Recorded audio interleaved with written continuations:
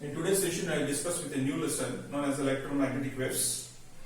In the current concept, I will discuss only about brief things such as what is Ampere's circuital law and what was its inconsistency and how it was calculated by James Clerk Maxwell and how it was helped in existence of the electromagnetic waves. All those concepts we will discuss one by one. So let us go with the basics first.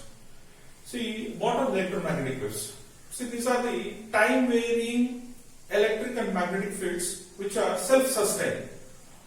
Means you can imagine a wave which are having self-sustained oscillations of both electric and magnetic fields which are coupled together. Such oscillations or such waves are called as electromagnetic waves. Now, who was the first person to predict the existence of electromagnetic waves is nothing but James Clerk Maxwell. And why he predicted, the topic will begin with Ampere's circuital law. So let us recall first of all, what is Ampere's circuital law? See, in the lesson moving charges and magnetism, I discussed this Ampere's circuital law. So any current carrying conductor produces magnetic fields around it into the form of concentric rings. Now, if you take any one such orbital loop, line integral of the magnetic field, so you can remember this, line integral of B bar dot dl bar is equal to mu naught times of current enclosed by the loop. So you can remember this definition. Now this Ampere's circuital law will make some inconsistency when you come across certain situations. What is the meaning of inconsistency? See, consistency is nothing but it is proven. Inconsistency is nothing but it is unable to prove in the particular situations. This problem was first identified by Maxwell.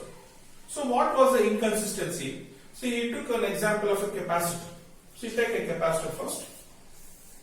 So when you start charging a capacitor, so between the capacitor plates, you know what is a capacitor? Capacitor is a device which is used to store the electrical energy or it's electrical charges.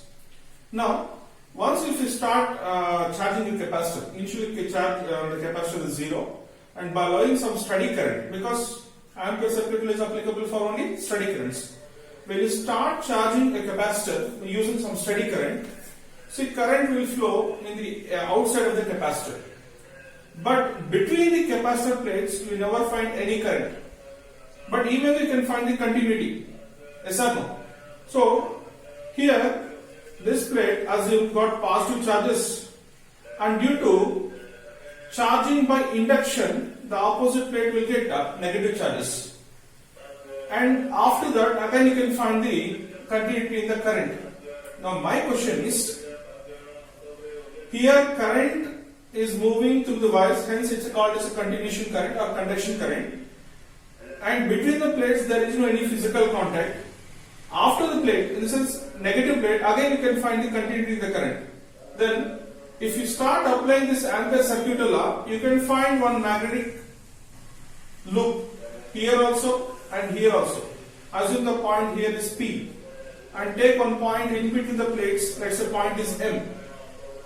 Here there is a continuity current, you can apply the Ampere's circuital law so that you can get the same expression as at P, the Ampere's circuital law can be given as line integral of BdL is equal to mu naught I, assuming the radius of the loop is R, then this expression line integral of BdL can be taken as B into 2 pi R, that is equal to mu naught I, and B is equal to mu naught I by 2 pi R. Now what does it represent?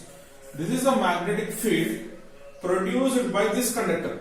Assume this is one conductor which is connected to positive plate and this is producing this much magnetic field.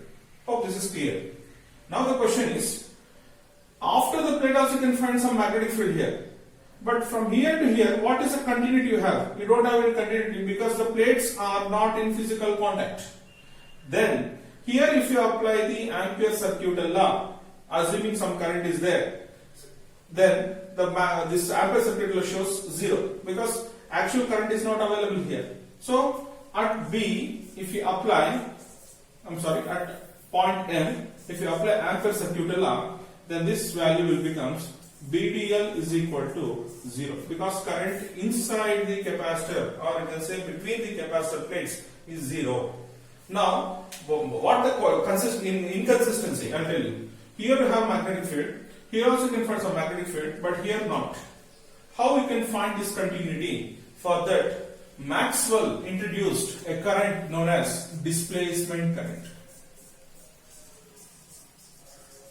So, by introducing the current which is known as displacement current, Maxwell corrected Ampere's circuit law. In other words, you can say Maxwell removed the inconsistency with the Ampere circuit law by introducing a current known as displacement current, which exists between the capacitor plates, which is due to time varying electric fields. Then, what is the final correction with the Ampere circuit law? You can write it as line integral of B bar dot dl bar, that is equal to mu naught times of IC plus ID. This is what the modified form of Ampere circuit law, which is applicable for every situation. Now here IC represents the continuity current or continuous current which is in the wires, actual terminals connected here, and because of this only at P you can find some magnetic field B. And what is ID, which is known as displacement current that exists at point N, or you can say between the capacitor plates, again which is responsible for producing the magnetic field. So here magnetic field is continuous, then only capacitor works. Now what is the conclusion? Maxwell suggested that not only continuous currents produces magnetic fields, but also displacement currents also produces magnetic fields. Or you can say only current will not produce the magnetic field, but a time varying electric field also produces a magnetic field. That was confirmed by Maxwell. Now what is a time varying electric field? See here, capacitor will start charging means potential on the capacitor will vary. If potential on the capacitor will vary, because you know the relation Q is equal to CV, as number of charges storing over the capacitor changes, potential changes, electric field also changes, electric field changes, flux also will vary. Because of such time varying electric flux, a new current will produce, that known as displacement current, and this displacement current will produce a magnetic field inside the capacitor plates. Because of that only you can find the continuation between the capacitor plates. This was proved by Maxwell. Now, how this is related to electromagnetic waves? So, these points are mentioned in the material. Please go through it. At P and at M, I have mentioned two different diagrams. Hope this topic you are understood. So, as a whole and soul, I will brief first of all, then I will go to next concept. Electromagnetic waves are nothing but self-sustaining oscillations of both electric and magnetic fields in free space. And who is the first predictor of these waves is Maxwell. It was developed by whom? Hertz, J.C. Bose, Marconi, and so many scientists are there. Now, how Maxwell predicted this? That was the main basic from where? From Ampere circuit law. You know the statement of Ampere circuit law. So, what Maxwell suggested that there is some inconsistency is there with this rule. Why it is inconsistency? He took some example as the charging of a capacitor. What he proved is, if any current is going through a wire, it produces a magnetic field. That is the purpose of Ampere circuit law and applicable for steady currents. Using this, you can calculate certain magnetic field or some magnetic field which is produced due to a current carrying conductor carrying current I. Now that is got there. But in the place of capacitor, if you see, there is no any continuity because there is no physical contact between the plates. Even though you can find some continuity of the current.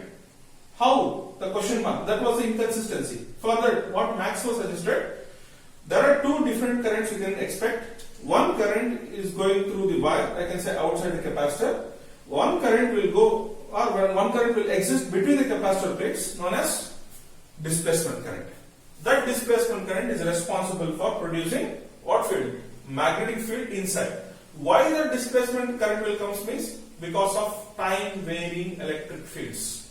So, since the charge on the capacitor vary, potential varies, electric field varies, electric flux varies because of the displacement current comes, and because of this displacement current magnetic field will exist.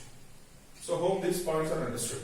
Now ultimate conclusion, not only continuous currents produces magnetic fields, but also displacement currents produces magnetic fields.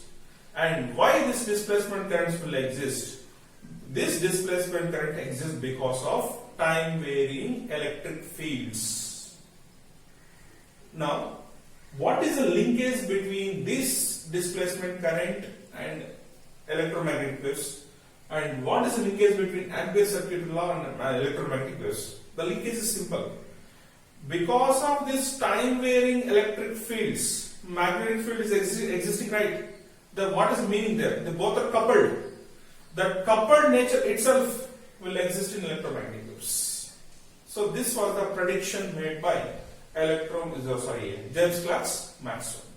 So based on this only predictions made, later Hertz made some experiments, and using Hertz experiment known as oscillating charges, electromagnetic waves are got produced, and further J.C. Bose was produced about 5 mm to 25 mm wavelength electromagnetic waves.